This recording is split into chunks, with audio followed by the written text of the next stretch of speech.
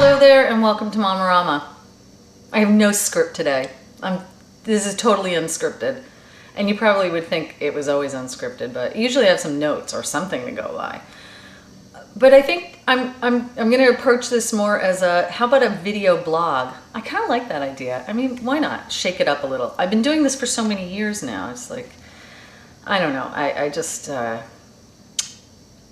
was looking at my last show, which aired over and over and over again on public access, just because I left my camera in the Adirondacks. That's a great excuse, right? What am I going to do? I left my camera. So I was looking at my last show and I went on and on about circumcision. I just in reviewing it, I'm like, what am I talking about? What am I really trying to say? You know, there was so much information and it's like such a polarized issue. I think that as a parent going into something like that, you know, you have to make an important choice. Well, for some people it's like a no-brainer. You're just gonna do it or not do it, whatever. But you know, for other people who are really like, you know, like if the husband and wife are not on the same page about it, like that kind of thing, and it starts to create a conflict, it's you know, it's worth sort of looking into the pros and cons and so forth. So when I did my show and I presented, I really try to be sort of unbiased and kind of middle of the road about certain things, because I'm not an expert and I don't, you know, purport to say like, well, this is the way it should be done about anything, whether I'm talking about, you know, nursing or vaccination or circumcision. I mean, they're all like issues that you deal with when you're a parent. But you could really hear the tone of what I was saying as being extremely against circumcision, and I got so much mail and feedback from that segment, particularly on YouTube. So I had started a show recently, and I had some camera problems, so I had to ditch that show. But I was like actually reading the reader responses back to you.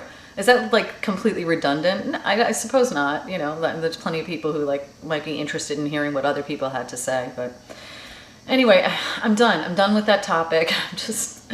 I'm done. No more circumcision talk. Let's close the book on that one, shall we? I think it's time. So what did I want to talk about today? Well, you know, a lot of the time I speak about pregnancy and childbirth. I think that, and the sort of postpartum period for however long that lasts. I think that's like technically up to a year. And I'm feeling that, although I love that topic, I feel like talking a little bit about like what's going on in my life right now, so the struggles I'm having with older kids. And the thing is, I'm just as much at a loss as anybody else is. I mean, you know, I know there's like parenting books and all of that, and you can do your research and study and so forth. But, you know, when the issues hit you, they either sneak up on you or they just, you know, take you completely by surprise. For example, a couple things I'm dealing with my 7-year-old, who's, you know, she's very sensitive and she's articulate, and she just came to me with something I totally didn't expect, which was a problem she was having at school that she was extremely frustrated by. Oh, and she actually started crying when she was telling me about it, which is very out of character for her. So I had to really kind of stop everything.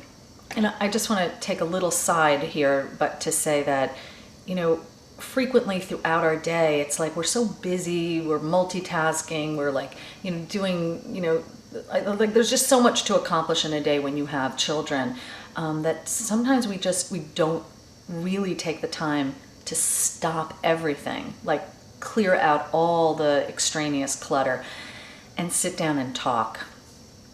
And more importantly, listen. And I was extremely conscious of that. I thought, you know, this is one of those situations where I knew for a fact neither one of my parents ever sat down and really listened to what I had to say, about an emotional issue, well, about any issue probably. But in this case, this was weighing on her really heavily.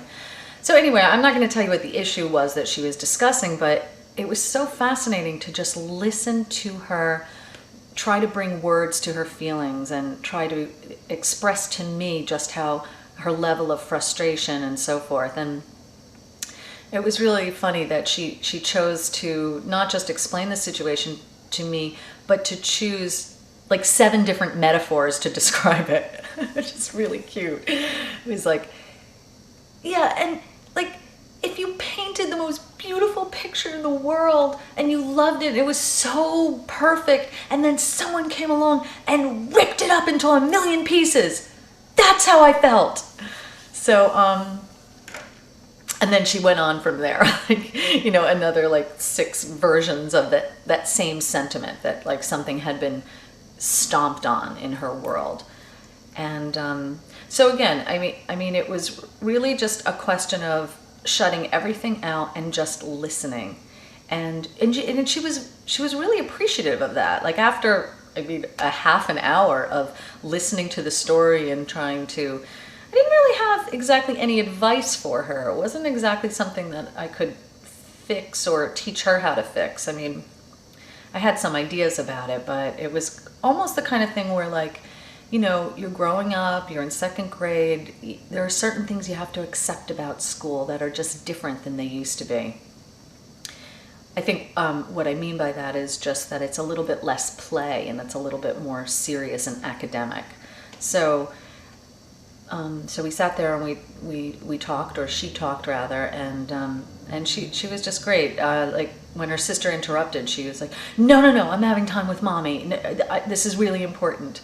And so it was a sweet moment, and it just reminded me that how important it is to really listen to your kids and, not necessarily, steer them in any particular direction, but how healing and important it is to listen. And again, it's a little bit of a generational thing. Like I don't recall my parents ever doing something like that. And as a result, sometimes you hold in those, hold on a second. I forgot to take my phone off ringer. But, as a result, kids, depending on the kid, they can get kind of neurotic when they cannot express themselves, when they can't make their feelings known and feel like they're being heard. So that was one thing I was dealing with. And another thing that I'm dealing with a 7-year-old is